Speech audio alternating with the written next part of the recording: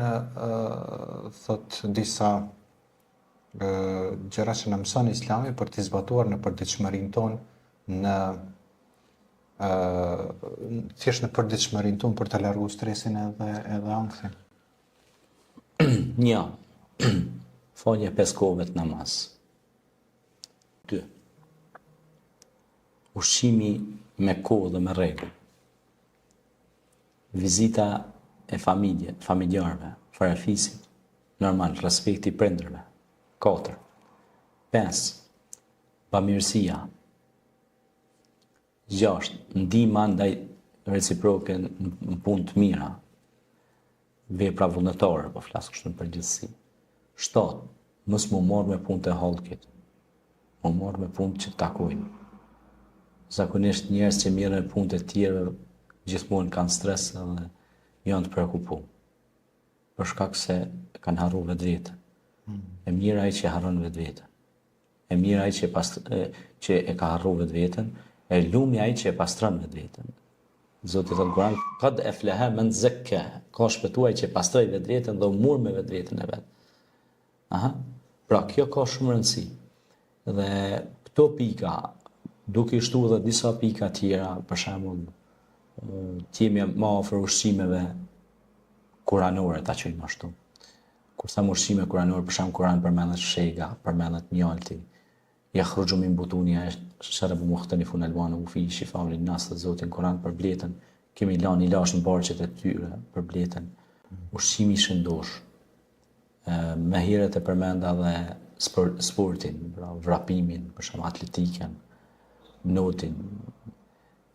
Pejgamberi alayhis salatu wassalam është shumë interesant nëse marrim jetën e Muhamedit alayhis salam, ka vrapuar me bashkëshorten e tij, Aisha radiallahu anha, dhe kanë bërë gara shpejtësie së bashku, kanë dalë, kanë ecë me bashkëshorten e vet.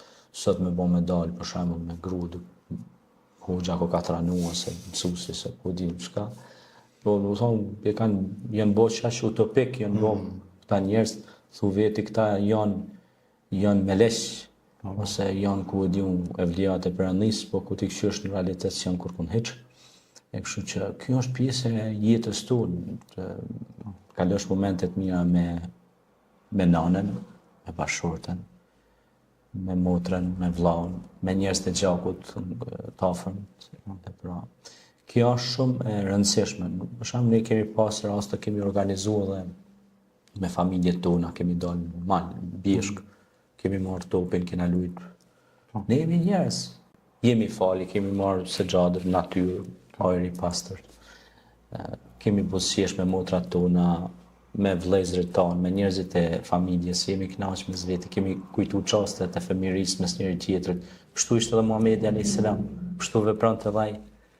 Pra sikur ne, ai ka qenë njeri sikur ne, nuk më thonë, edhe ai i ka bërë këto gjëra sikurse ne. Ne kemi edhe ato shembull pra që ka qenë gjithmonë i buzëqeshur, gjithmonë ka qenë pozitiv, optimist, jo si t'ulesh me ta me dikajt 100.000 brenga, thu vete, u bo kiametin dunjas. Beshiran më nëdhira, pejgamberi erdhi thot si përgëzues, si lajmtar i mirë, për mi përgëzu mjetin që kanë ata që besojnë, besimtarët, pra, që kanë shpëtim këtë botë edhe në botën tjetër. Kjo është.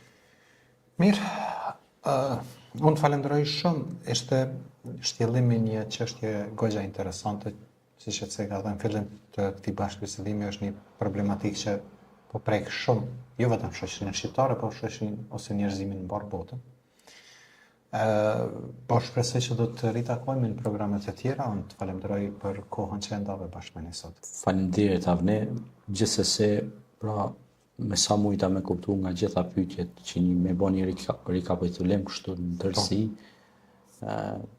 ankthi, stresi, depresioni largohen duke lexuar Kur'anin, duke dëgjuar Kur'anin, duke marrë shembull jetën e dërguarit Muhammed alayhis salam, dhe të gjitha ata që duan, pra me qenë ma pranë me Kur'anin, me dëgjuar atë, le t'i afrohen fjalës Zotit dhe njerëzit që janë, pra që studiojnë Kur'anin dhe që e promovojnë pra jetën e dërguarit Muhammed alayhis salam, po edhe shokëve të tij, po edhe jetën e evrijave, njerëzve të dashur të Allahut që kanë mësuar vazhdimisht njerëzimin me fjalën e Zotit.